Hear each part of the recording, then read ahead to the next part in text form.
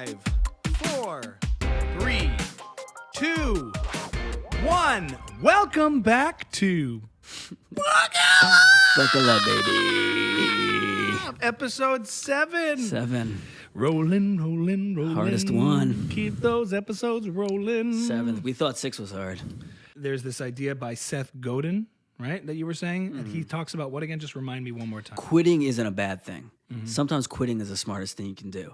If you're working on a podcast that isn't interesting and people aren't listening and you're trying different stuff and it doesn't work, quitting the podcast and trying something new is the smartest thing you could do if you want to be successful. Right.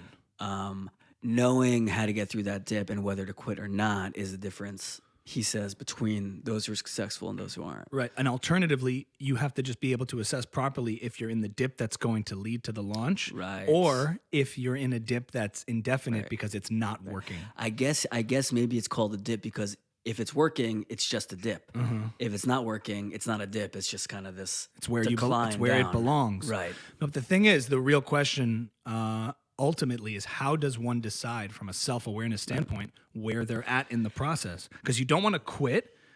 You're like, I'll just be successful if I stick it out long enough. But that's dangerous advice for people who aren't assessing what they're doing properly and how it's engaging with the world. I guess you have to look at the metrics and you have to look at not the numbers, but the way I look at it is when one person reacts to one of our things who doesn't know us and has no skin in the game and they've commented on a few videos and said something and they say something, then and they say like, this is really, really interesting. I love listening to this. So that's one person. And if it's a matter of other, let's say that you multiply that by 10, like they're representing a certain amount of people where they have no reason to even engage or comment or reach out.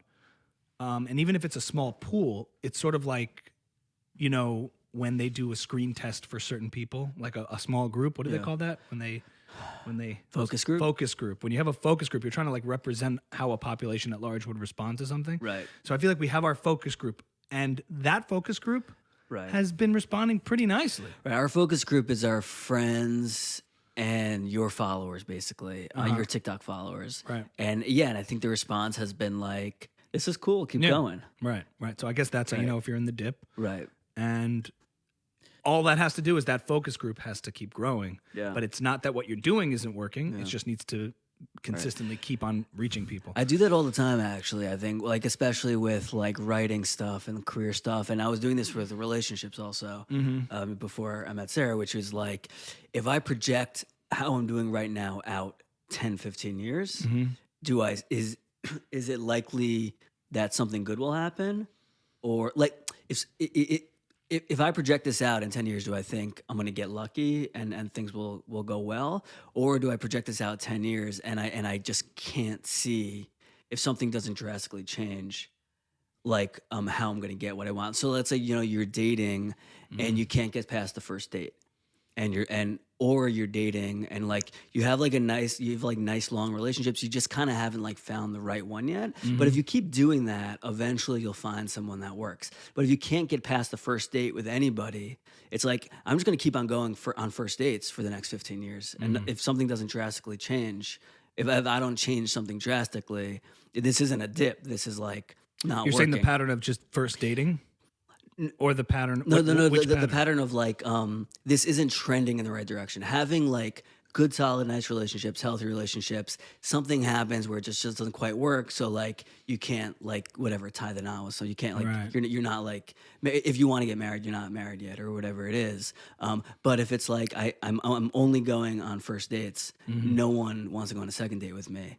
Like if this just keeps happening for the next 15 years, I'm not going to get like lucky and one of them will work out. It's just, something has to drastically change. Right. Meaning if you're not getting past first dates, you're doing something. With anybody. That's a good indicator that maybe there's something you need to check.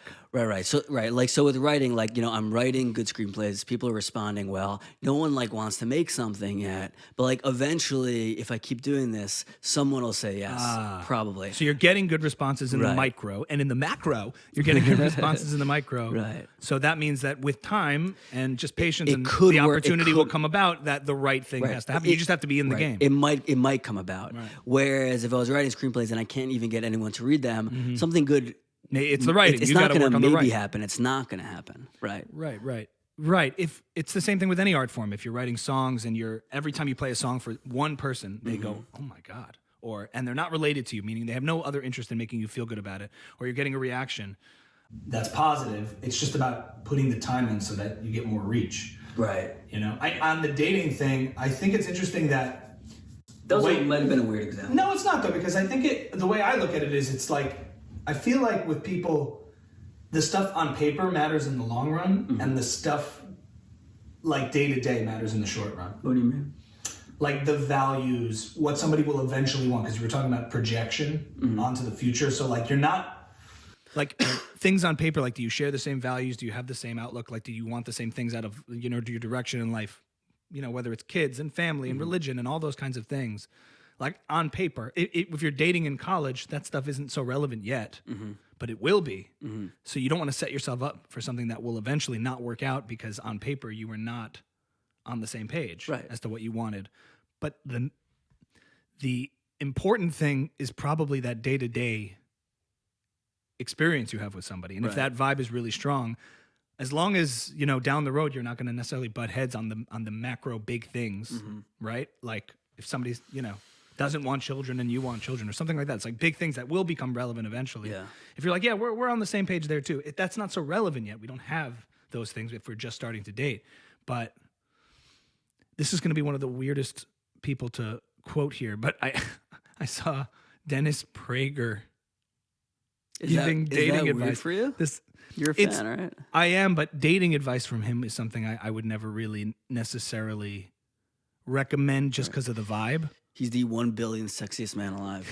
People just named He was giving dating advice, and he just said, basically, if you have to enjoy each other, I don't even know if that's a good impression, but it always sounds like there's marbles in his mouth. The bastion of liberal thinking. The mouth. I always feel like he's gargling water, like leftover. The left, like a pelican. The left doesn't care about America. It doesn't care about the United States. I had COVID, and I didn't get the vaccine. I took monoclonal antibodies. You know what I mean? He gave a video about dating, but he said, it's not values. It's not these things that people say. You have to enjoy each other. So that was valid. You have to enjoy each other. The vibe has to be good on a day-to-day. I remember early days when we would talk about this stuff. I'd be like, how's the vibe? Like, is that really good? Because then you can project that vibe. Yeah.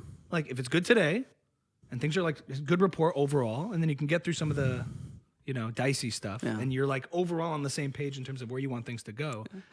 I just asked Sarah this question. I was going to make it into a segment, but I guess I can just ask it to you now.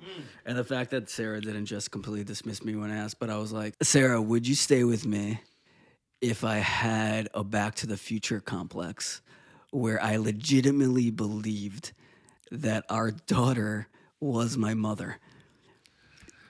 Okay. But it never, ever came up, ever. I never talked about it. I never mentioned it. It never made a difference.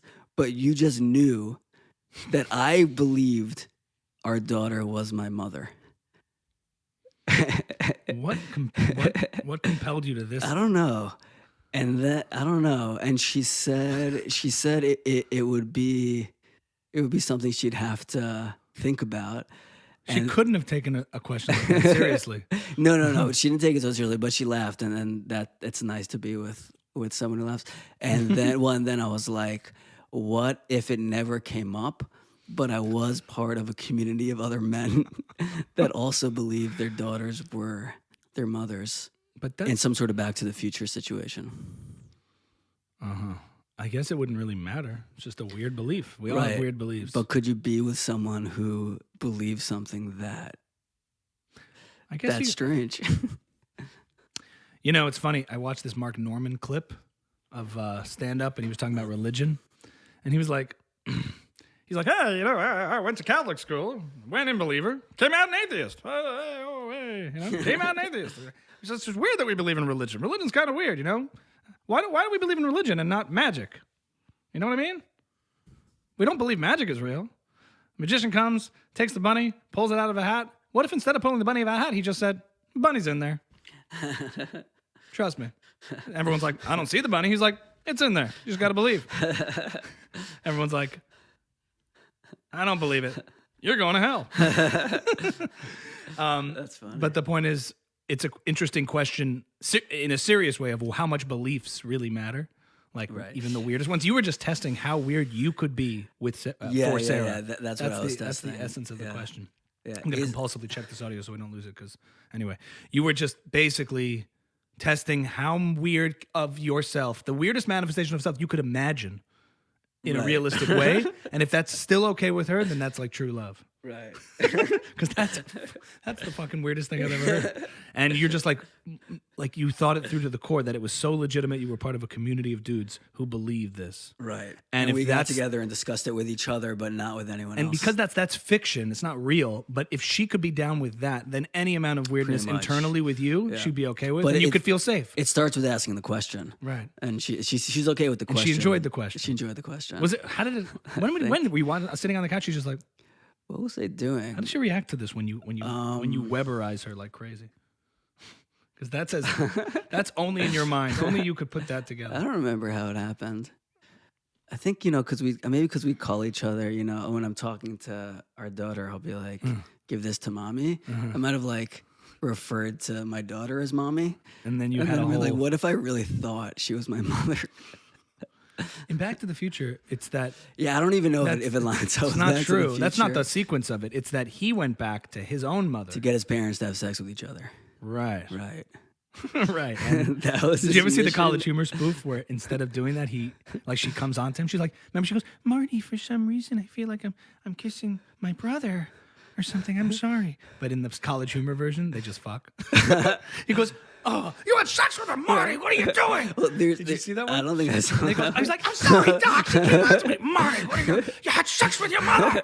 And he goes, I'm sorry, Doc. She came on to me. You have to go back and fix it. So he goes back. It's a College Humor bit on. And he goes back, and she comes on to him, and then the new Marty comes back, and she goes, wait. He's like, you can't do this, Marty. He goes, there's two of you? What do you mean you both had sex with her? You had a threesome, Marty. And it just keeps happening. I think Family Guy did a thing where, his parents have Marty, and the dad's like, Marty looks exactly like that guy from high school. Remember that guy, Marty? Why does our son look exactly like him? Yeah, like why did they never put this together? Yeah. This guy was that guy Right. that they eventually grew up to be. That's pretty good. Yeah. Let's acknowledge I'm fully aware that I look like absolute shit. I feel like I look like David Tell, Yeah. but like hipsterized a little bit. You look like I dragged you. Like you didn't want to do this today, but I'm forcing you. Yeah, I don't know what it is. Like, there's that fine line in trying to like go cash. And I'm trying, I'm having an issue with beanies because I can't wear a beanie anymore Why not? because everyone thinks I'm Gary V when I put on a beanie. It's become a problem. But I found this one and it's getting cold. If you're walking on the street with a beanie, someone will go, "Hey, Gary V." Well, the other one, that gray one I wear for all the bits, I can't like put that on even Right. You don't myself. take I'm just yourself like seriously. exactly. Yeah. So hopefully this one will work out. And I think got the it looks- I glasses think it looks today. okay. I got the glasses today, which I kind of like, but like I can't wear glasses all day. They keep me tired and they start slipping down the nosy. And I'm It's in. the sweater also. This is the gray and black. Yeah, This looks like you're not trying. Yeah, Yeah, you borrowed that from me though. yeah, but I needed it because it's cold in here.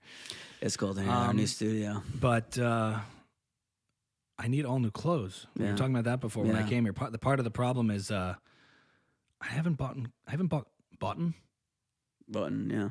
bought Button, apostrophe, and apostrophe. boughten. Button. Really? Is that real or are you messing? BOUGHTIN apostrophe. How would you say this with an accent though? Button. Button. I haven't bought. I thought I haven't bought. I haven't bought. Yeah, I think so too. Yeah. Should we go to Grammarly.com and look it up? Is that a thing? Grammarly? Yeah. I don't use it, but it's in people's Gmail. It's a thing. Oh, it'll like. Oh, that's where the Those remind ads. comes from? Grammarly.com will help you with your email, so you can like put it as a Chrome Oh. extension and it fixes things in your email. No, I didn't know that. Yeah. I was saying I haven't bought clothes in like years to the point where the stuff that was like the go-to stuff, Yeah. it all got so small. Yeah. They must have shrunk. It's one of those things where like it's weight gain and body is telling you it's nothing. I'm they not sure if it's also- my age, my body size, body type, But They do shrink also. Things do shrink. yeah, if that's what it is. Yeah. Nothing grows. Everything just shrinks. Well, I just bought this from Uniqlo, Yeah. and I'm like, oh, by next year it's gonna be like small. But I think it Laundering when clothes you changes buy, them. And when you Laundering. buy a shirt for $25, it probably should only last you one winter, and that's it. Yeah. You're not buying. And then I went to like LLB, and the shirt's like $95, but you'll have that the rest of your life. Right. So I think it's possible your clothes are just getting smaller. You are gaining weight. I'm not saying you're not gaining Thank you. weight. Yes, yes, yes. You don't look good, but Right. but your clothes may also be getting smaller. Having moved to the East Coast, I'm so worried about just schlubbing out, you know? Would you not do that on the West Coast? I would. I got fat there too, but at least tan and fat. But no, you there is a little bit of a You look beauty, healthy. There's a little bit of a beauty conscious thing in LA more. Yeah. It's like imagine it's summer all year here. It's like people are outdoors more. They're wearing less clothing. You're wearing short polos all the time and Yeah. things like that. It just makes you a little bit more like that. And even the Jews are just a little bit less. I get so excited actually when it gets cold because I know I can put an extra layer on and just sort of like Yeah, just sort of like feel confident again. grow into it. in You my know? body. But it's a funny thing, you know, when like, you know, you get to that point in your life where you're like, if I don't absolutely love this shirt or that shirt or those pants, I'm never wearing them. Like you learn about yourself that the ones that aren't like A+, perfect fitting, you're never going to wear. just So now I hang have all these things. I'm like, I have to just donate all of these clothes and get rid of everything that I don't touch. Yeah. And I only wear like a couple of things. So I that whole argument for minimalism in wardrobe and just having a few things that you just wear is probably a good thing. Anyway. Yeah. That's a first world problem. Where right do you there. go? For What's shopping? What's your go-to? I don't even know anymore. I'm lost. I used to do the typical, this like French place, Banana Republique. Zara really makes me feel awful about myself. Yeah, for very thin people. Thin. Yeah. H&M, I could never do a pair of pants there, but the hoodies and stuff are good. I like H&M, Mm-hmm. and it doesn't like, and not, you don't see like a t-shirt for $75. Mm-hmm. So I like H&M, but the pants are shameful for me. I can't even fit them above my knees. Yeah. Like a fitting room in H&M for me with pants, it's very. You have to ask the like attendant to help you get them off. They don't go above my knees. My quads are not European. You know how like there are people with Europeans with quads who are thinner than my calves. You know, like you can basically see the whole skeletal leg inside those jeans in the discotheque. But I went to Zara. It's just awful. Everything there. I'm like, I hate this place. This is just awful. You know what I do? I just Google blue shirt, and then I go on Facebook, and whatever companies advertise me, I just buy that. Blue shirt. Telling you, man, Google something, and immediately you'll start getting ads from like blue shirt company, the perfect blue shirt. Because but I would never think to Google like just blue shirt. Like how do you? No, even if you shop for a blue shirt on like Banana Republic, they start coming to you. Instagram is there's this really like. I think we're going to look back at Instagram in like 15 years and be like, how is that advertising policy legal? Where you'll buy, literally, if you shop for blue shirt on like Nordstrom, let's just say, there are people who figured out like if we get data of men who are buying blue shirts, we can start a company called theperfectblueshirt.com. We'll make really nice ads. We'll get the right models and everything will look really, really legit.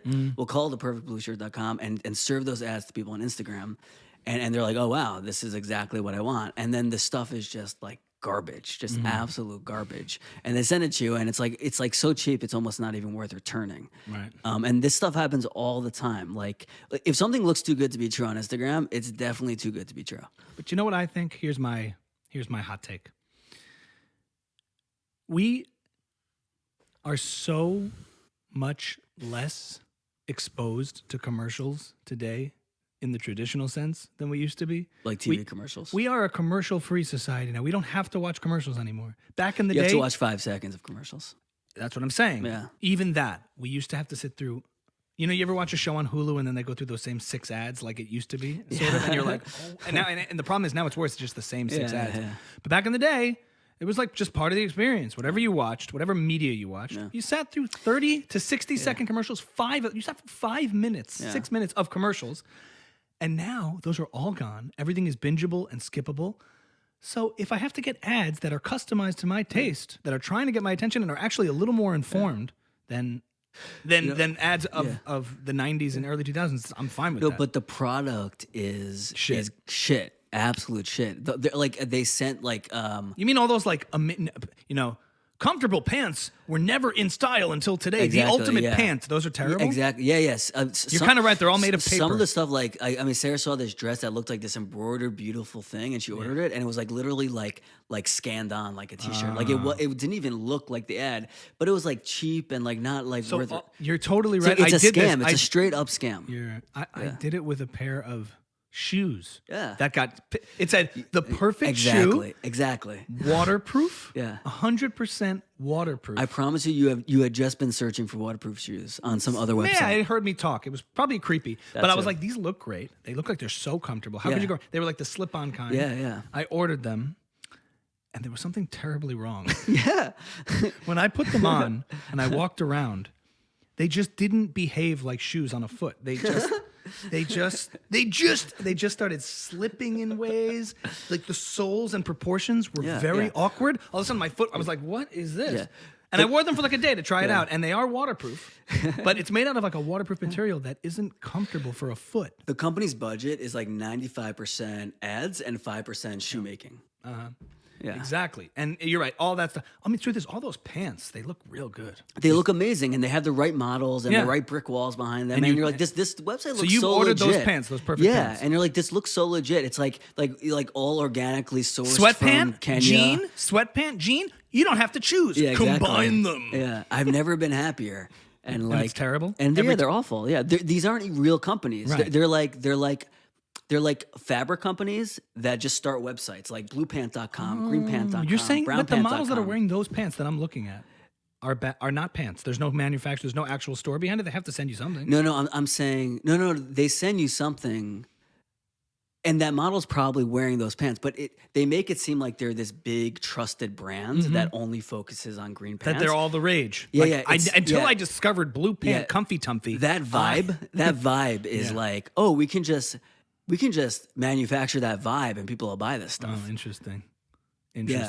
I guess so. You actually have clicked the button and seen it. Yeah. No, I have like learned my best. What I do now is I go on Facebook and I find them on Facebook. And if they don't have like 100,000 likes on Facebook, then I'm like, oh, this isn't real. We should get sponsored by one of these sketch brands. That's what we should do. Because you know why? They're great pants and they fit really nicely and they're affordable. All these pants are so expensive. Oh my God! Made out of construction paper and silk. Yeah.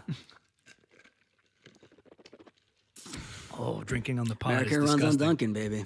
Thank you so much, Dunkin'. Again, our good friends for sponsoring. Can we get in trouble for that?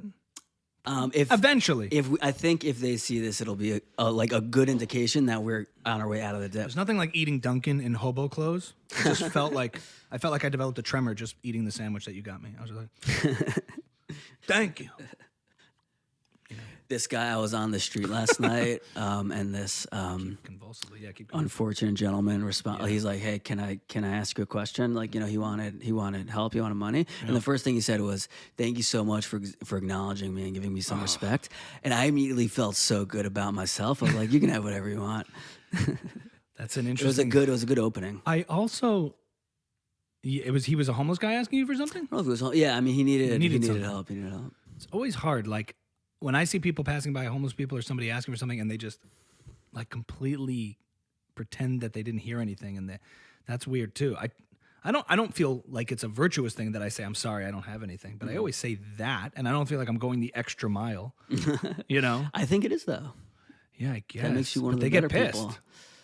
Especially if it's on Shabbos and I have nothing, and I'm like, I really don't have anything, because that's such a lie.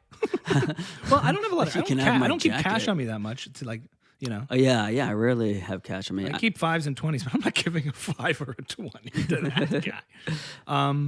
I passed by a guy in the East Village and I overheard him talking to a friend, and he went, "My cancer is officially in stage 4." It's like, oh God. What do you do if you're homeless and you have like a month? It must be like a party if you have a month to live and you're homeless. I don't know, man. I mean, go wild. That's a great thing to pass by hearing. It's not great. It's unfortunate. He's just saying his voice sounded awful. My cancer's officially in stage 4. I guess anything that makes life interesting is better than that situation. It's a development. And I guess if things are so stagnant, but I can't. He says it like, guess what? I made it. Like he made it. And like the stages are his. Oh God, that's so awful. Imagine being his doctor and giving him that news, and then being like, "All right, I'm going back to the Rite Aid where I sit." Oh, this is just awful. Thank you, Doc. All right, that's heartbreaking. But stage 4, like it's a badge of honor. Oh man. What else is going on in the world? Did you see? I want to talk to Last week about. So there's a couple of things I want to talk to you about. The first is I want to ask you if you saw 2 guests on Joe Rogan. Now people are going to start skipping ahead at this point. Why? Did you see Gilbert Gottfried on Joe Rogan? I saw one of the clips where he talked about SNL, and I was so intrigued just to watch because I'm like, what is Gilbert Gottfried gonna sound like on a podcast? Yeah. Like I think I've heard him speak down, but most of the time it's like this. Listen, Joe, it's so nice to be on the podcast. I really enjoy it. Lots of guests, lots of people. You know, my Gilbert Gottfried. The first time I ever did it for you in the car, we were driving to Maryland. Remember? No. We were driving to Maryland, and you're like, do you do Gilbert Gottfried? I was like, okay, Jafar, listen. And you're like, Ami, you tickle me. That one tickles me. Okay, you know what I don't understand? So, Joe. But it wasn't quite like that. I wonder if I just blew up the microphone. The okay is great. Okay. You know what I... So, but on the podcast, it was more like, well, I was on SNL, and it was a little more tamed down like this. It's still him, but it's a little less. But it's his real voice. That's your head. Gilbert Gottfried at home with his wife impression. What I'm laughing about is years ago, when Gilbert Gottfried was really mainstream, there was a Howard Stern episode. And I couldn't, and I believed it till this day for a long time. There was a Howard Stern episode where he goes, Gilbert Gottfried doesn't really sound like that. We have audio of Gilbert Gottfried. Listen to this tape. I interviewed Gilbert, and I don't do a good Howard, but he's like, I interviewed Gilbert. This is a set. Listen to how Gilbert Gottfried actually sounds. This is a voicemail from Gilbert Gottfried. So they pull it up. He's like, Robin, pull up the voicemail from Gilbert that we got. And it was like, hi, Howard. I just wanted to tell you that I'm really looking forward to the show. And I just call me back when you get a chance, okay?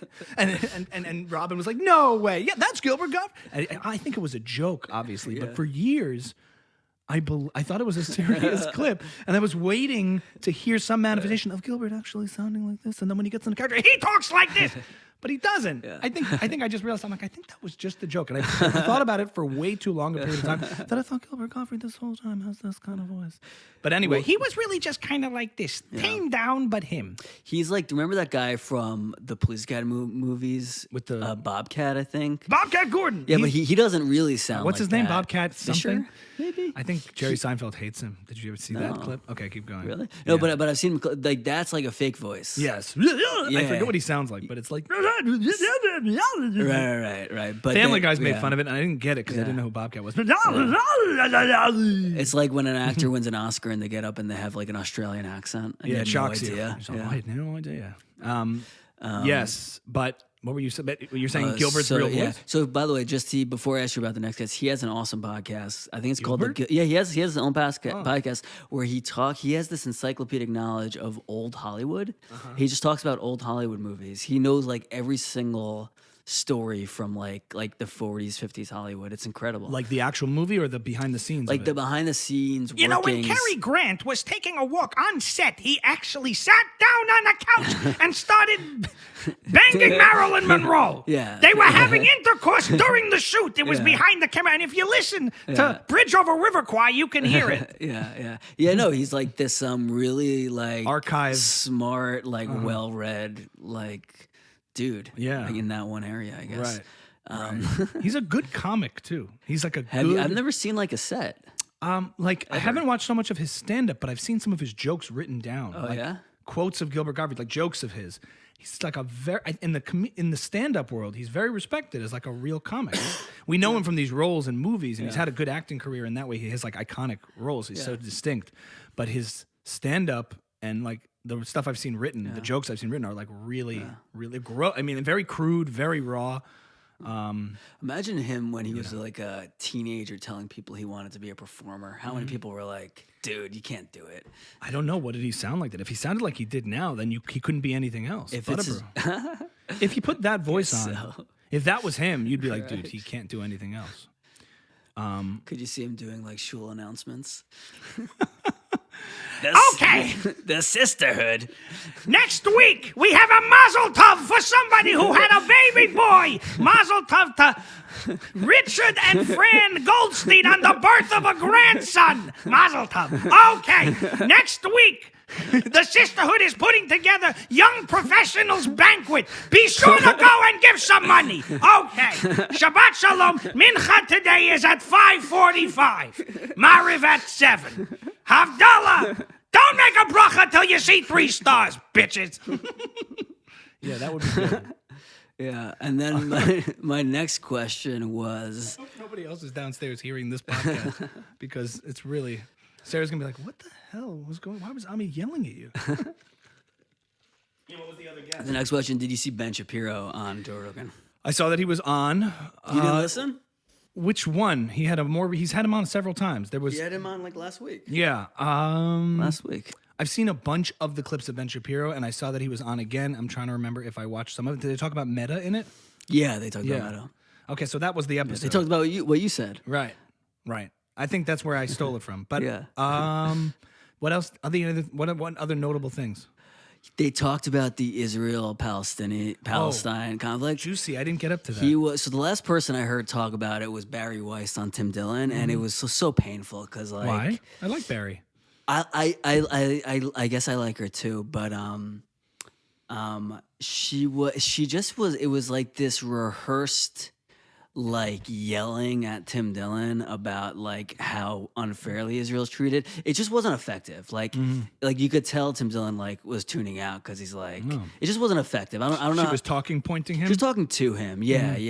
Pointing at him. Yeah, and like sort of like to the only democracy in the Middle East. Yeah. She has it. I mean, just like making no concession, and then what I mean by concession is Joe Rogan. So Ben Shapiro was doing his thing, like very technical, but he seemed like he was like Joe Rogan could hear it, and then that's the whole thing. Can the person who you're talking to hear what you're saying or not? And then Joe Rogan asked this awesome question. I thought, because he's Ben Shapiro, and he's like, do you can you like feel any sort of like sympathy though for like all these like Palestinians who are like dying, the kids and like the women and the children, like like don't you feel like a little bit bad? And I was like, Ben, please just say something human. Please say something human. And he didn't. And he said like, well, there's what A, he said. there's B, and he just totally.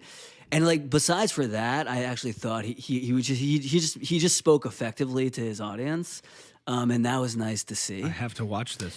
But I want to be able to respond. I haven't seen it, but you Joe gotta is an see it. expert at asking questions that are not that have no agenda behind them, that are just pure curiosity. That's Joe's genius. Is like his questioning is curiosity, not what about the stuff. He's not trying to like make a Palestinian argument. He's trying to ask, do you feel like it was a human question? Because I was also curious. I was like, do you feel anything for these people? I would have assumed a response to that from a Ben Shapiro perspective. I didn't see what he said, but that would be something like, well, of course I feel bad for them, but the question is accountability, Joe. Yeah, exactly. The question is accountability. Exactly. The suffering of all these people. Yeah. Who's really accountable for that? Is it Israel or is it the Palestinian leadership that they've democratically elected for 6 years, Joe? These people are victims. They're victims. Did he say that? No. He said the right thing, but he didn't. You could tell But he didn't was personally saying, feel bad. He didn't feel anything, and I think that's what Joe Rogan was asking. Like, can you show that you feel something for the people who are on the other side of this debate, but are victims? And he couldn't, and that sucked. But otherwise, I thought maybe I'm he, more like, right wing than you are, but I feel like I understand. I guess Ben Shapiro's perspective more than yours.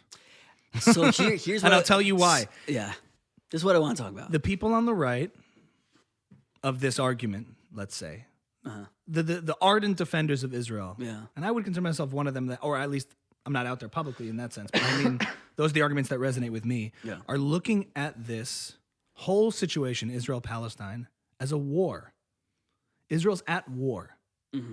In other words, it's surrounded by enemy combatants that wish its destruction, and this is probably how Barry Weiss laid it out. But if you think of it with the framework of this is war, so it's not even the most necessarily relevant. I'm just framing how it, I think, is processed. What's relevant here is that Israel wins the war.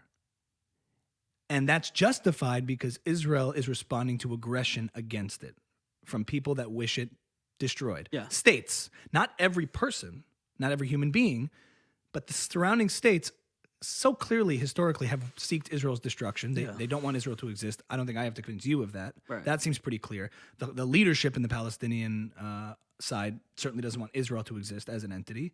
No matter what Israel says about Palestinians existing as an entity or a state, they have never really said they want Israel to exist. So as long as Israel's at war, then if you apply that to any other war historically, you would say to the U.S. in the 40s, well, don't you feel bad for all these Germans who are dying at American hands? Like, isn't that something that keeps you up at night? And Americans would say, well, war is awful and people are dying on both sides, but our priority is to win this war so that it's over. Right. So Ben Shapiro's mindset is, sure, it's sad that those people are dying, but they're also dying because of dying at the hands of our enemies that we are trying to protect against. We're fighting enemies, and that tends to paint every human being in that category. And it's not fair. It doesn't come across as humane. But war is just so inhumane as a concept, in the sense that war is awful, but there is an element of morality and justice in who's perpetuating it, who's defending, and who's on the defense, who's on the offense. And it seems like because Israel's the powerful one, it's necessarily be on the offense. And I don't see it that way. I see Israel as on the defense. Right. And therefore, when you see it that way, if North Korea attacked the United States tomorrow, and the United States responded, and a lot of North Korean civilians were killed, that would be a sad cost of war. But it wouldn't be something that necessarily is first priority in terms of the sympathies of the U.S. Yeah, I hear and, that. and its citizens. I think the difference is it's not. I think over the course of one war, most people are numb or truly don't really care about who's dying on the other side. But this is like generational already. There's been like several generations of people who are dying. So I don't want to litigate. I don't want to like what's the right word? Legislate how Ben Shapiro should feel. But at this point, it's a bit of like a PR thing, and like getting in touch with that side of his humanity would. I mean, I think he should feel some sort of sympathy just for innocent victims, but just getting in touch with that and even just emoting a little bit is just an effective way. It's a more effective way to be heard by the person on the other side of the table. To be like, yeah, it's freaking awful that these kids are dying. If my kid died, like I can't imagine all those kids dying. It's awful. Right. Like just saying something like that would just open up Joe Rogan's ears to be like, okay, like I want to hear what you have to say next. Yeah, but there's a sad, unfortunate state of reality in which, in order to feel like you are behind Israel 100%, you have to make that choice and wall that sympathy off. And I don't think that leads to any. Yeah, I'm saying that's sort of how you're brought up to feel about the situation on the pro-Israel side. It is. I agree. And what I'm saying is, I can understand why the traditional war narrative that this is just a war is simplistic, because this is years and decades old. So it's not really a war in the sense that there's a lot of now complicated demographic factors and changes on the ground. Yeah. It's an ongoing part of the culture of the Middle East now, as opposed to just some war that we can all say, screw the enemies, we're going to just do what we have to do and then be done with this war. Try not to think about it. But you could also argue that this is sounding extreme, but like Israel never doing enough to fully end the war and defend its citizens without putting the citizens of other states before its own is what prolongs this thing. And that doesn't. I know that can hint at sounding very extreme, but it also could be like if you're always gonna half-ass it in terms of dealing with these symptoms, you're only treating symptoms and not the cause.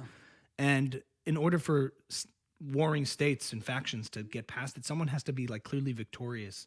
In a sense. And when that doesn't happen, you end up in endless conflict. I've heard arguments from people who make extreme arguments that they're like, Israel's not doing enough. Israel has to do more to finally ruthlessly end it.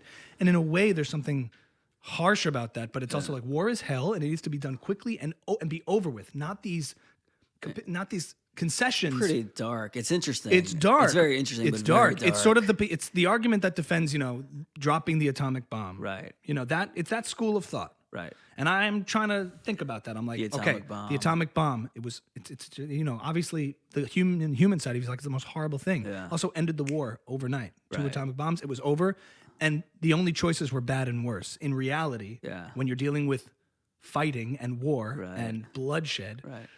your choices are bad and worse. And I mean, so that was a bad choice. The worst choice was sending in American troops. You know, this is the argument, sending in American. I don't want to say that. Right. It's not because- your argument, but people make this argument. it is in the sense that I'm not really, I can't come to a full conclusion on it, but I Yeah. processed it, I think, to understand it. It's like people say either the dropping the atomic bomb was an act of moral depravity or an act of moral heroism. Because more people would have died if they actually would have went to war It's with like, Japan. you know, I've heard the argument from like the Ayn Rand types and stuff that say dropping the atomic bomb was an act of moral heroism because the other option was to send in American troops. Millions of more people, hundreds of thousands more, would have died over the course of a prolonged war and conflict. Right. Or dropping the atomic bomb. And they gave warnings to the Japanese at the time. This was the history that they talk about. Yeah. They gave warnings and said, we're going to do this. It's going to happen. And they decided, and they still didn't surrender. And even after the first one, didn't surrender. And obviously, there's a million ways to split that story in different perspectives. I'm not even discounting that. Yeah. But I'm thinking about that one perspective for a second and saying, hey, choices are bad and worse. With Israel, choices are bad and worse. And instead of choosing bad, they choose worse. Is what and worse being this prolonged, indecisive, every couple of years conflict that swells up and they squash it down, get a PR mess for Israel. Yeah.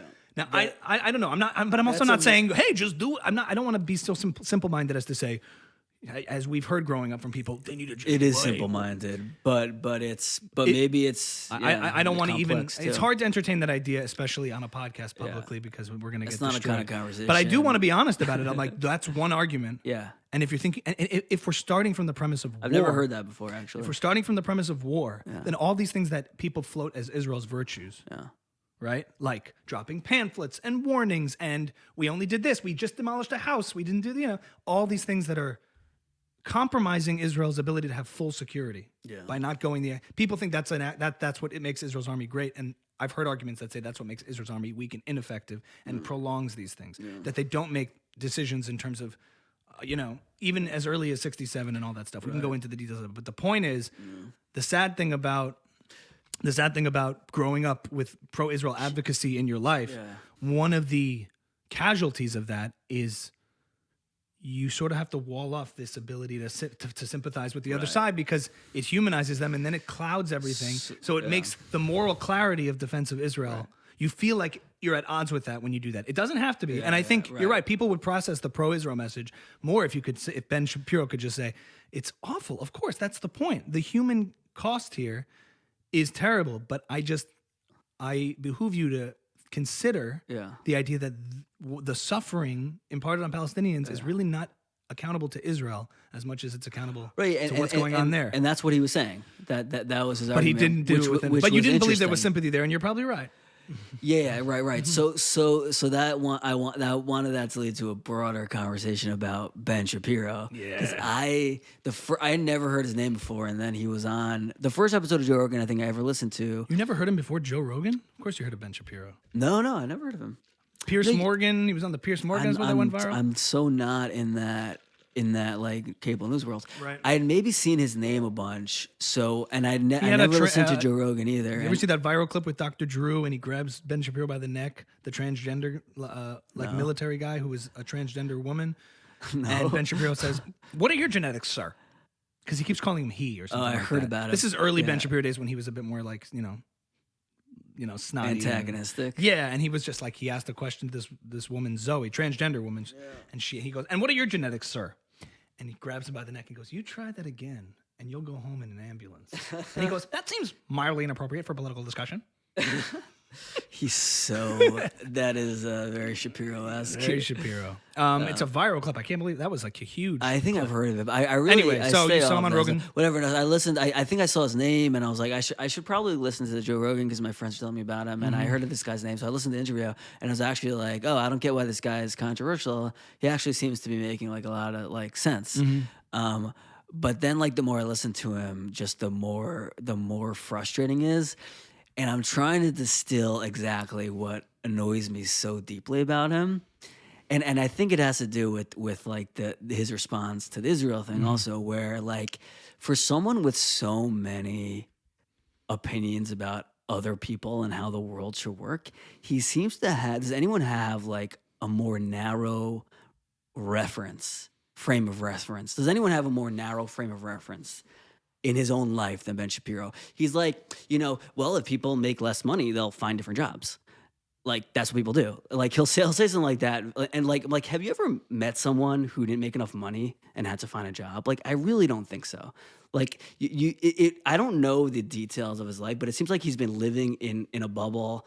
And then like he went to Harvard and he talks about how like going to Harvard was out of his bubble because it was like liberals versus, but like he's been living in these bubbles of very successful, wealthy, elite people.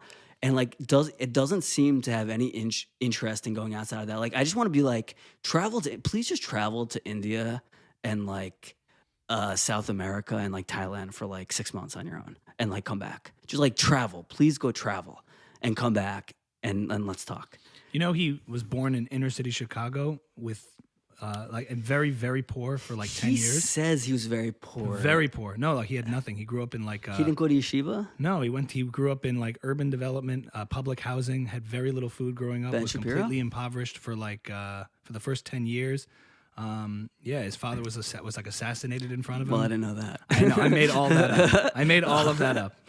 No, he said he on did go Joe to Rogan, he's yeshiva high school. we grew up very poor. I was like, he's like I shared a room with 3 of my siblings. I'm like, yeah, because your parents were paying $150,000 a year to send you to yeshiva. You weren't like poor. I made up that whole backstory just to see how you would process it, and it worked. That would be pretty shocking. Yes, because you are right.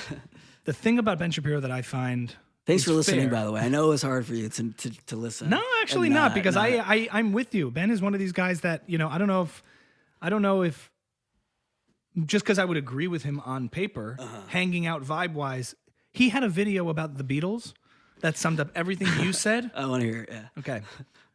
I think as far as arguments he makes, cogent arguments, rational debate, logic, and all those kinds of things, very, very strong. And we align in a lot of ways on a lot of that stuff. I also and he's like a great a lot of what he spokesperson for says. that. On things like policy, things like economics, politics, those kinds of like technical academic things. I don't think he says things that are terribly controversial, and I don't think he says things that are off base. I think a lot of his stuff is very well backed up in a lot of ways, obviously by conservative-leaning people, but that's where I sort of lean. I'm just saying, like, the stuff he's quoting is the stuff I've read, and it's amazing. And it's all, like, Right. very, very, very, very sound. Very intellectually strong. He builds a hell of And an that's why he's a argument. very good debater, and he knows a lot of data, and he knows a lot, and he's very well read. He's very smart, clearly, high IQ, all that kind of stuff. His human experience is probably very narrow, likely very narrow. I mean, what you're saying, we understand his background and all of those things. So to just say, to sort of disregard the human element of all of it, Yeah, which in he life, does. yes, I think he just disregards the gray elements of life. Right. But he also, what bothers you probably about him is that he pretends to not be aware of that. He acts as if he doesn't understand meaning he might not be saying something controversial if you break it down, but sometimes he doesn't feel the need to break it down. Because he's like, I don't understand. I mean, it's not such a big deal. You know, he'll make like a point and he'll say like, even something I would agree with, biological man or biological men. That's a fact, and I'm not going to compromise on that. Do you want me to? And he's like, why do they call it the Boy Scouts? Because it's the Boy Scouts. And just when you do that, he's right. But to not acknowledge that there may be somebody else who is trying to come at it from a different perspective, and even if you disagree with it, you know, he sort of pretends like he can't understand why there would be, on any issue, and I use the transgender issue as one issue, but on any issue, how could there be a differing opinion? There's this sort of, he sort of blinds himself off to the idea that there is, or he comes off that way, that there is somebody else's experience which may inform them in anecdotal ways and personal ways that it doesn't inform you. And yet you talk about certain things with such authority or such unawareness. Yeah. Such a lack of awareness that there's this thing out there, like maybe it's Palestinian suffering, or maybe it's income inequality and people who live in different environments and don't have the parental, familial, and communal infrastructure that breeds success. Well, this is the way it's done. Now, I don't think he's even wrong. Like, I do think at the end of the day, you have to adopt cultural behaviors and attitudes and ethics that can help you develop. That applies to every group, no matter who they are, no matter what race, creed, color, whatever. Right. He's not wrong on those prescriptions. But it's this sort of lack of awareness that it's difficult or that it may be more of a challenge. And he might even say on paper, well, I acknowledge that for some people it's obviously a little more challenging than others. Done. There's no There's concession to acknowledgement. the right. No, I Yeah. know. Yeah, there's none of that like human. Like, yeah, I mean, I can. There's not like there's a lot. There's not enough humility. Right. Everyone should have a dose of that. Yeah. But Like when he lacks a little bit of that. When the thing he said about the Beatles, which I was just like, Yeah. oh, God, Ben. The vibe. Come on, man. You got to work on your vibe here. He was like, and it was a tongue-in-cheek video. The problem I get when I get into issues with Ben Shapiro is when he goes out of lane, when he steps out of turn. WAP. Exactly. Like when he talked about WAP and tried to make jokes about it. It's like, dude, there's a whole like culture and style of raunch and crude and nastiness that is expressed here, and you're just you're in between making fun of it and not getting it and calling it bad for society. Like you're not saying, "Oh, this is such a turnoff for me." It's not for me. You're making this like overall Right. assessment over how this reflects the Yeah. culture and all these things. I'm like, dude, this is just a nasty rap song and it's well done. Yeah. Obviously. You could say, I hate this stuff. He won't say, I really hate that stuff. Yeah. He won't say that. He'll say, okay, here's the problem with where the feminine, all that, where the, feminine hierarchy is today. I mean, the feminists of third wave feminism, this is third wave feminism.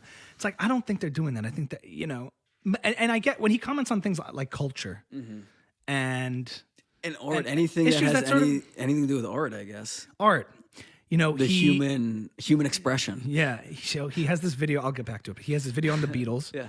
Where he's like, the Beatles are not real musicians. They're just not real musicians. They can't even read music. He's criticizing John Lennon's Imagine lyrically. He's criticizing the message because it's about a communist utopia. Okay. And he's analyzing lines super literally with no right side brain involved. And he's like, the truth is the Beatles can't even read music. They can't even read music. So they're not even legitimate musicians. Okay. And he's going off about how they're not credible and valid, the Beatles. And I'm like, Ben, are you listening to a song right now? It's like, and if I had one gripe to him, it would be a funny thing. Because I'm sure if I was at a Q&A and I raised my hand, I'd say, Ben, you said something that I thought was really, really offensive and controversial. And this would be a funny thing. I'd say, you did a video a few years ago, and he's probably assuming it's some comment on Arabs or minority, whatever it is, transgender issues. You did a video on the Beatles, and I thought it was just so offensive. And it would be a funny moment. But the point is, I'm from Liverpool, and I actually found that. yeah, the point is the way he criticized it is sort of exactly that. Yeah. You're like, there's a narrowness to it all. Yeah. Even if prescription wise, it's all correct. Yeah. I think. I know Yeah. if you don't have to agree with everything he says, but No, he may be I- making valid, good points. And you're like, well, what is it about it that's bothering me? It's sort of the way it's presented with a sort of lack of awareness of another experience, even if that experience you might not be able to derive the same conclusions out of that experience that would lead to the good results. It could be that prescriptively he's fine. Yeah. But it's almost like a doctor prescribing you things to do and what to do and doesn't really get how you're feeling. Right, and doesn't ask or doesn't. I mean, there was a story. Bad bedside manner. Ben Shapiro's bedside manner in the cultural space needs a lot of work. I got better, but God, I don't want to see that guy again. Yeah, and he actually has gotten way better at that. I mean, I've watched his show over the years come from like this whole combative to much more engaging with people who disagree with him, always letting people who disagree with him ask questions first. So there's this concerted intellectual effort to engage with people who disagree with him. He always knows I have the right answer here and whatever it is. And oftentimes I think he makes very sound arguments. But the point is he had a transgender woman on the show, Blair White, I think her name is. And and he clarified or at least evolved his position on why. He's like, if I was with a transgender person who was presented as a woman, I would call them she, no matter what they were. If we were having dinner, I would call them she. But the point is, when I'm on a public forum and I'm defending, He said this. and I'm defending proper definitions of things, you cannot ask me to agree with the claim that gender is fluid and that anyone who's born male can then identify as female. I will stick to my guns on that because I'm representing a certain point of view in a certain case for biology and for reason and rationality about this topic. But interpersonally, socially, I have no problem calling someone she if they come to me and present as a woman, That's really even if they interesting. were born a man. Yeah. And he had this like civil conversation with this woman, Blair White, transgender woman. Yeah. And I don't see that on the left ever. I just never see that in the hard left things, except for someone like David Pakman. I don't know if you watch David Pakman. He's sort of he's definitely liberal, but he's like an open, like the Young Turks and stuff. You don't see like people on the Young Turks going on and chatting with them who are like right-wingers or Right. conservatives. It happened recently where Anna Kasparian debated Ben Shapiro. and I'm way in the weeds here on what I look at on Yeah. YouTube. I don't know if you're I don't lost. know any of these names. But these no. are like, you know, the modern wharf battleground of media is Daily Wire, Steven Crowder, right-wing new media, and left-wing new media. The Young Turks, David Pakman, the Majority Report, Sam Sater. I don't know if you watch any of these I don't guys. know, literally. But it's all I've that heard new YouTube media stuff. And there's a left and a right. And I find that the left is way more like just teasing the right. Look at Ben, I'm Ben, without actually making arguments. They're just making fun of people. Yeah. Lots of ad hominem attacks. Granted, Ben Shapiro has a mug that says leftist tears. Ha ha ha. And they make jokes about it. But oftentimes they're making arguments, and a lot of times I see them just, you know, on the left making ad hominem attacks. They call Dave Rubin stupid. What an idiot. They don't say why. Right. They don't talk about, like, they just laugh together in this sort of assumed common knowledge. The right is so stupid. We don't have to engage them. I'm like, I think you do. I think PragerU is like huge now. And I think the younger generation, like I have friends who teach high school, and they tell me that young, like Americans for Freedom is like surging amongst their What's kids. Americans for Freedom? It's like one of those like Charlie Kirk, like, you know who Charlie Kirk is? No. Candace Owens. Candace Owens, I know. Yeah, her. I'm not a Dr. Candace Owens. I have issues with her we've talked about that before, I think. Right. But the point is that young counterculture is very conservative. So to just keep making fun of them as if they're so primitive in their thoughts or whatever ideas is a losing battle.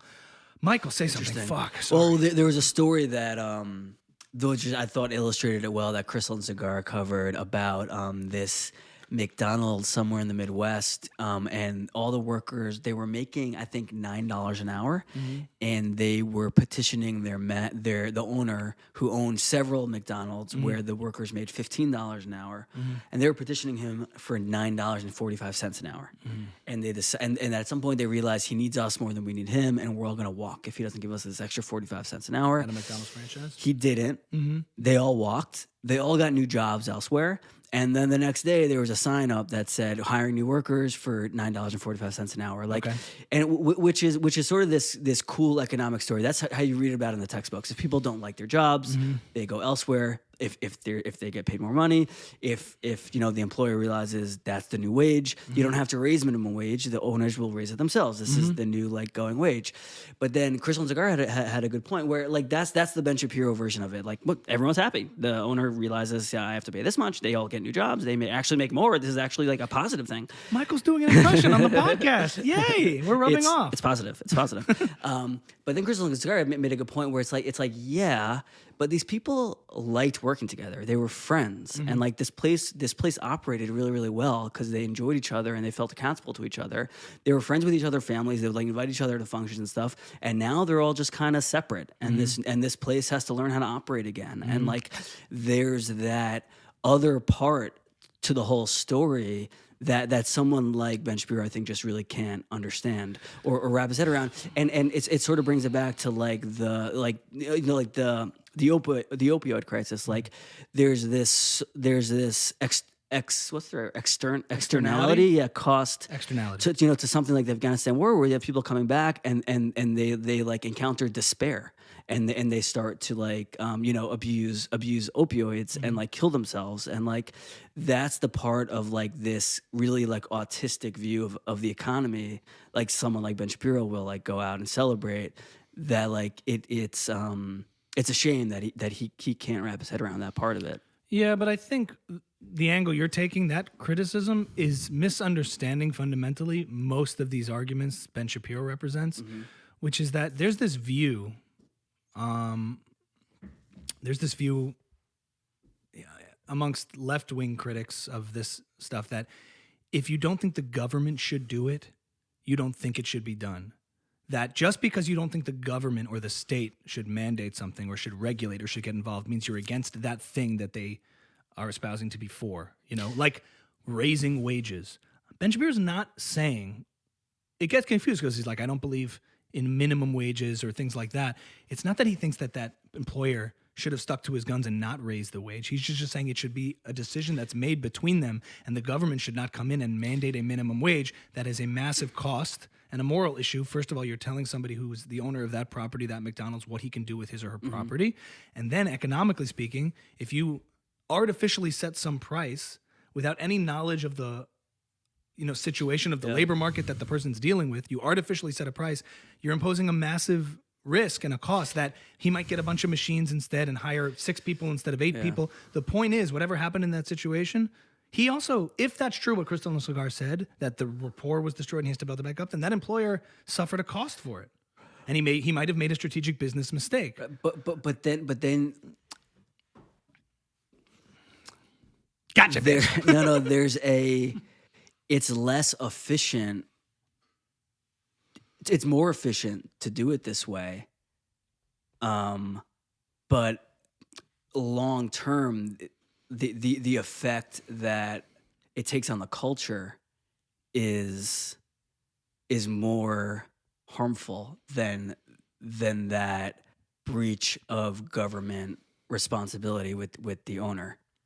I think I hear what you're saying, but I also think of like the government shouldn't tell anybody how to run their business. I just have a feeling that argument comes from the owners who don't want anyone telling them how to run their business, not the workers who just sort of want to, have a livable wage and like enjoy their lives. Like that's a narrative that serves one side of that really, really, really well, and not the other side of it. And it's crafted by those people for those people, by the owners for the owners. I don't think it's crafted by them.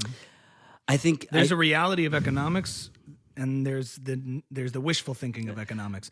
In places that have some of the highest minimum wage, you also have, economically, the highest youth and unskilled worker unemployment. Like 1 out of 4 in France. Some staggering statistics that as you artificially just decide, hey, we're just going to set the minimum wage here. We all can understand why we wouldn't set the minimum wage at $100 an hour. Why wouldn't that work? It just wouldn't work. You wouldn't be able to pay that amount. You wouldn't generate enough income to do that.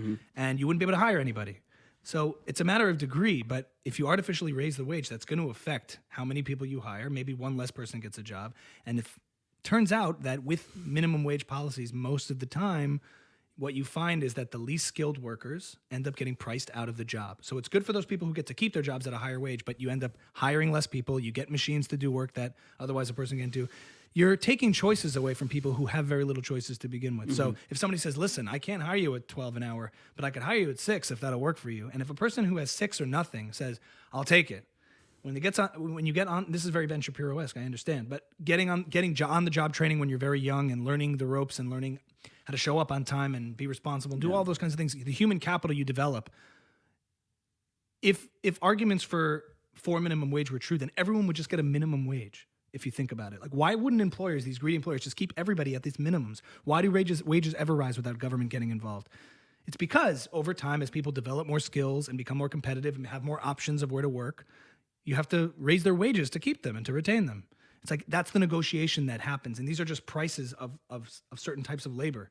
And that has to be left to its own devices, in my opinion, because if you distort that, you create all of these issues where you get labor shortages and you can't hire as many people and you can't hire as many unskilled people. And those are the people who need it the most. So while I think there's a lot of liberal policies in which people pat themselves on the back, we got the 15, they don't actually care or aren't interested in what happens. So you could say and what happens after the fact. The autistic view of the world on the right is that they don't seem to care for the sympathy of the current conditions of things. And the autistic view on the right, or the just detached view on the left, the detached view on the left is that we don't care what happens after our feel-good policies get put into place. We don't care. Right. There are so many detrimental things that happen, and a lot of the conservative economists that I've read have pointed all this out. Like, hey, it felt good to do all those things that felt good and sounded good. What happened afterwards? Well, youth unemployment skyrocketed, minority unemployment skyrocketed. All of these things happened, but they're not so interested because they passed the law. It felt good. Right. Yay! What if there was a branch of government that just focused on this one McDonald's? Well, that would be an awful waste of resources. I wish I was smarter. I've been compelled by that. I'm like, look, all this stuff sounds good. Who would be against health care for all? How could you be against something like that, right? Until you find out that doing these kinds of things in a world with scarce resources that have all these alternative uses for things, a price system is really important to just convey information. And the economy is this own thing.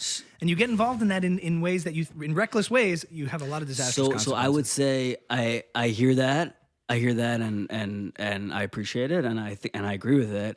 I would make the same argument back that the government staying out of things long term also has these awful cultural and has this awful human toll. Like, you know, the opioid crisis is like the government staying out of things in certain ways.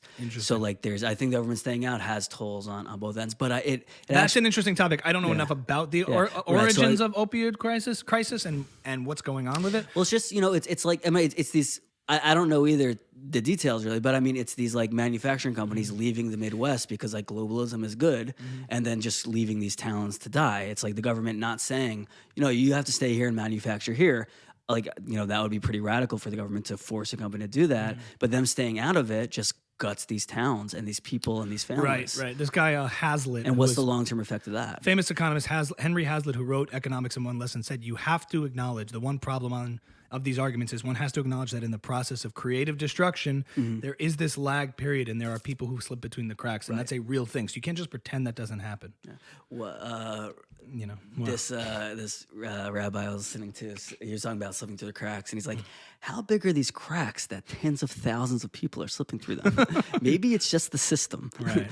That system is one big crack. Yeah, the system. But I would argue that every time I've looked into it, granted I have now my confirmation bias fully set in at my age and what it's like the first ideas that get to you sort of have the strongest sticking power. Like the first, if you read Marx when you're 25, you'll come out with a certain outlook. If you read Ayn Rand when you're 25, you'll get there. And it's hard to change, I think. So I'm acknowledging that. So with that said, when you investigate the root of these long-standing issues, oftentimes it's prolonged government involvement, regulation, overregulation, intervention that has led to these cultural decaying problems in which markets can't bounce back, people don't adjust because there's limitations on taxis. You know how much to get a medallion, it costs like $1 million, which protects an upper strata of people who can afford those medallions and keeps certain people here because they can afford the medallions. But that only exists because of the law. The law says, well, we want to make sure taxis are safe. Uber comes along and tells you and shows you no, and disrupts that because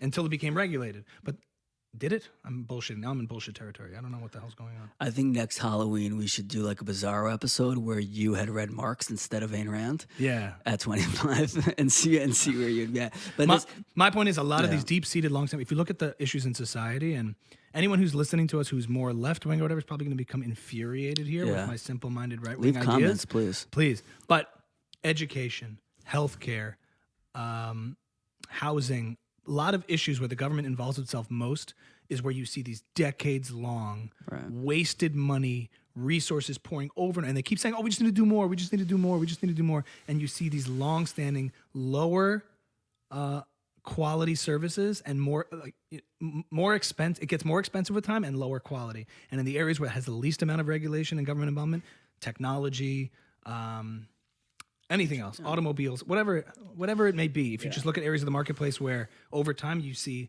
reduced cost, it gets cheaper and better quality. The only areas where that phenomenon is reversed is when the government is involved, which doesn't allow for dynamic market forces, ingenuity, these kinds of things, because the government says, oh, we have to regulate that. It takes time. There's all this invisible stuff that people don't see on the outside that is oftentimes causing a lot of these problems and delays and lack of ability for standards of living to rise.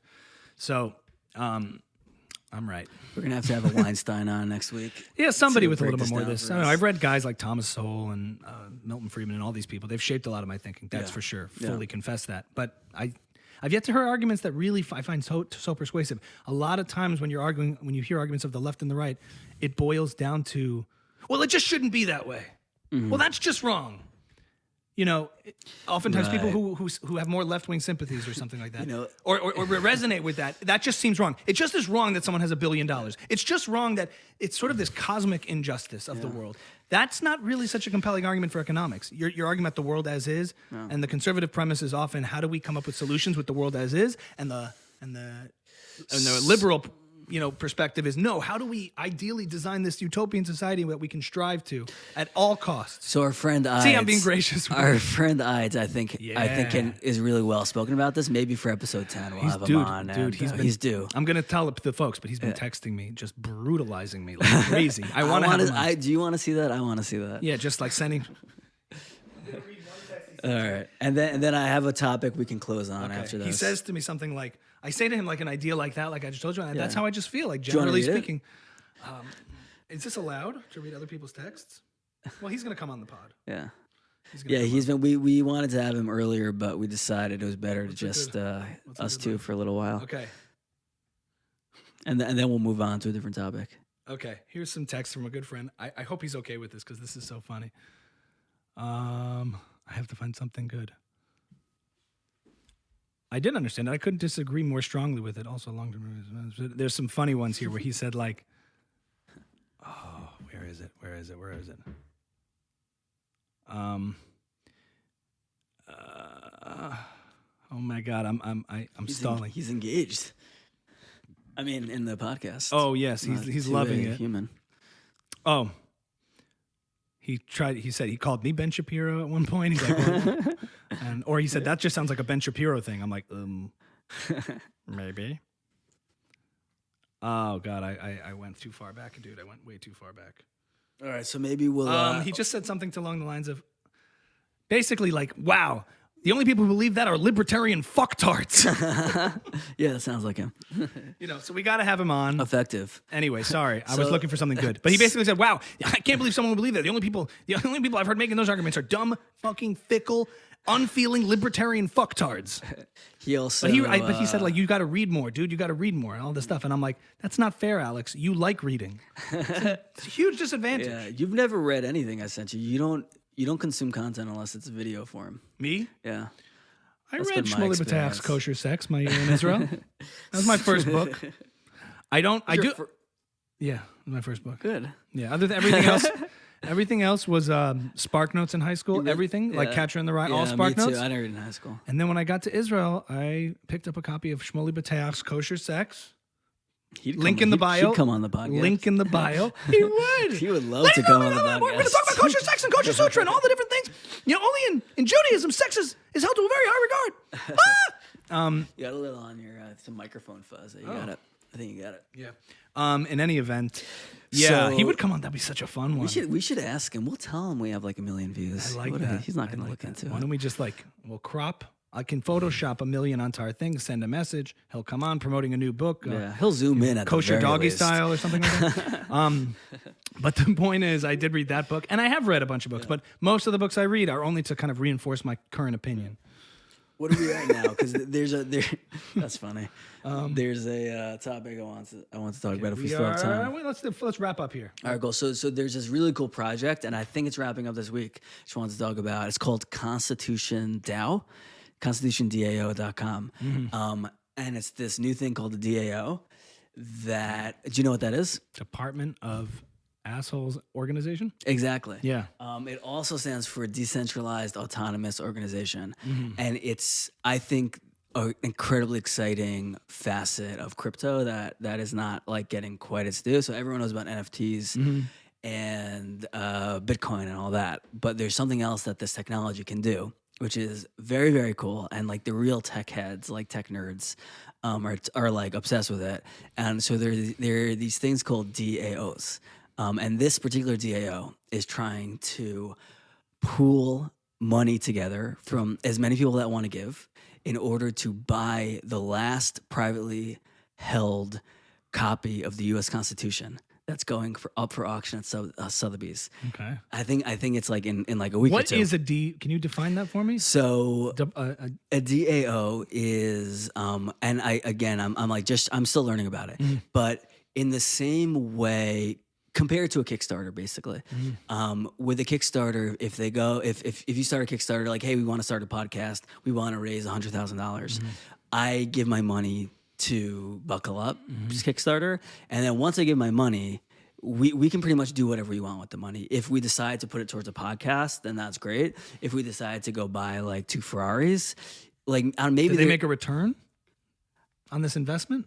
With Kickstarter? Yeah, I guess there's some sort of like... it's just like, give me money to do what I need. I'm talking about, I'm starting with Kickstarter. It's like, give me money to do what I need. You give the money to the creator, and then you and your money separate. Yeah, it's like, the discretion of the person receiving it to do what exactly. So what a DAO is through the blockchain, once you give your money, you receive a token, and you can use that token to then have governance over what's done with the money. So... They're trying to raise at least, I think, $20 million. You have a vote. $20 million. You become a stockholder. Exactly. It's a governance it's a way to govern. Sounds like an IPO, money. like a crypto IPO. You all own a piece of it, and you can all have Exactly, a vote. exactly, and then you can use that tokens. So You like that so finance language that I know? that was nice. So they're buying the Constitution, and then everyone who donates money is then going to be able to vote on what's done next with it. So like, are they going to rip it up? Are they going to put it on display here? Are they going to put it on Is display this there? an original Constitution? Like, I don't This know. is apparently there were 11 copies of the Constitution. Original, the first one. I didn't know that. And then one of them is owned by one dude somewhere or a woman, and he's putting up for sale for $20 million.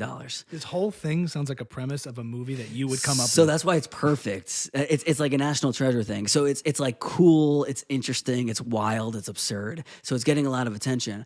But these DAOs are extremely cool because unlike a corporation where there are like a few powerful people at the top, and yes, there are shareholders, but you can also have shares that have more power than other shares. Like Mark Zuckerberg's shares of Facebook allow him to vote much more powerfully So than how many me. tokens you get give you more of a say. Right, but all the tokens have the same amount of power. So what I don't understand, so if I donate $1 million, I have 1 million tokens, and that gives me more voting power. What I don't understand is how maybe a billionaire could just donate $1 billion, have all the voting power, and how that's really much different than a corporation. That's the part I don't get. But either way, these things are really cool because it's a really efficient way to raise tons and tons of money, which can lead to these incredibly like enormous technological shifts. So in the same way, the railroads wouldn't have been able to be built until they Carnegie. until they invented the stock market, from what I understand, because you couldn't raise That much You couldn't capital. raise $150 million like in any way except for going public and getting all that money. And then once you had all that money, you could build something as vast and massive Right. and insane as a railroad. So if you could raise $1 trillion or $250 billion through a DAO. Let's say like we're gonna build a space rocket, like a rocket, and everyone who donates to the rocket is gonna be able to govern what we do in space. Like, where are we gonna go? We're gonna go to Mars. We're gonna go to Jupiter. We're gonna go to DC, whatever it is. It's really cool and really exciting. So when are we announcing the DOA for Buckle Up Podcast right, for so- our $100 billion investment? So if but then we- they would have to tell us what we can do. Right, so that would be I don't cool want that. if everyone who gave us money was like, these are the topics I want to discuss. Let's vote on them. But anyway, to bring it back to the original thing about governments getting involved, the way this guy explained it, who's running this project, is that it's very inefficient. It's not the most efficient way to put out it to a vote to everyone who's involved. So things can get done less efficiently and less quickly. However, there's a floor where it can't be corrupted.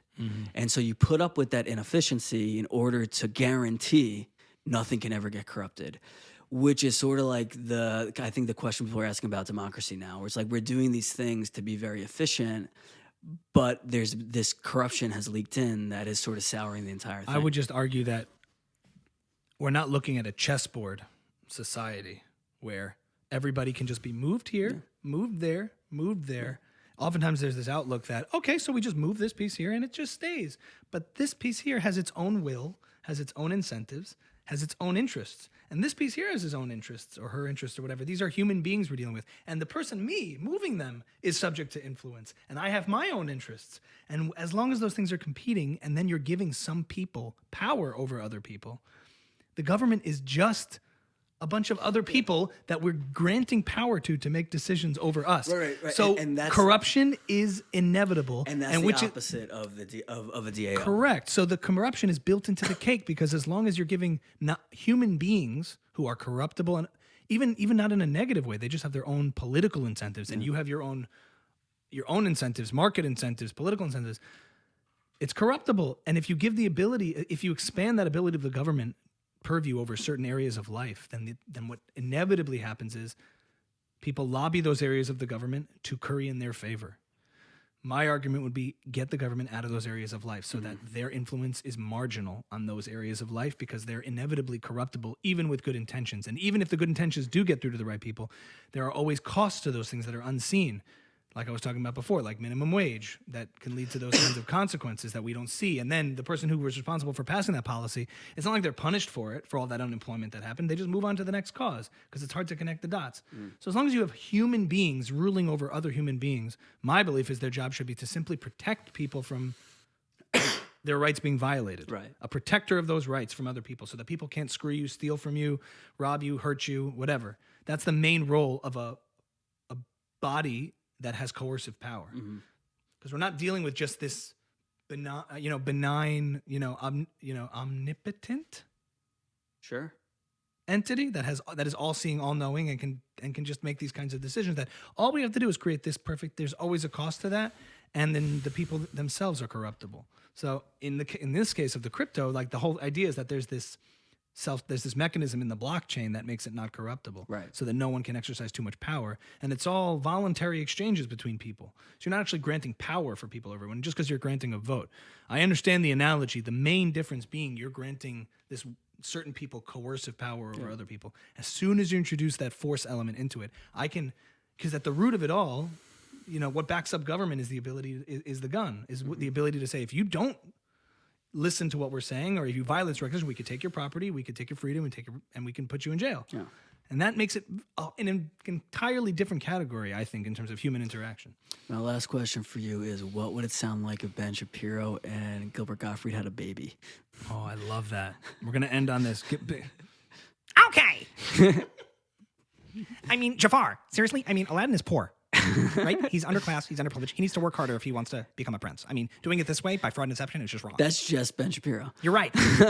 You're right. I just shifted into that. That's just Ben Shapiro. So Wait, how would Gilbert Gottfried say what Ben Shapiro says? I like that. Okay, it's very, very simple. Okay, if you want to do well in life, work hard. Don't have a kid before you're married. Okay, children out of wedlock is causing the #1 problem. The problem is culture. Okay, combining the two is very, very difficult. I guess it's Gilbert Gottfried talking very fast. That's a fusion impression. That's very, very weird. Okay, I mean, dude. You know how Ben Shapiro drops "dude" every 2 seconds when he's talking to Joe because Rogan? he tries to sound like relatable. I mean, dude. It's like, if you're poor, I mean, dude, just like get over it. Get over yourself, okay? Dude. That's like his curse word. Dude. Dude is his curse word. Love you, Ben. He used the phrase "macking it," like talking about like guys and young girls. And I was like, oh, God. I think you also just know it too well. You know this guy. You come from this world. So you feel like he's also shedding light on your world. So you're projecting this self-consciousness. Yeah, it is.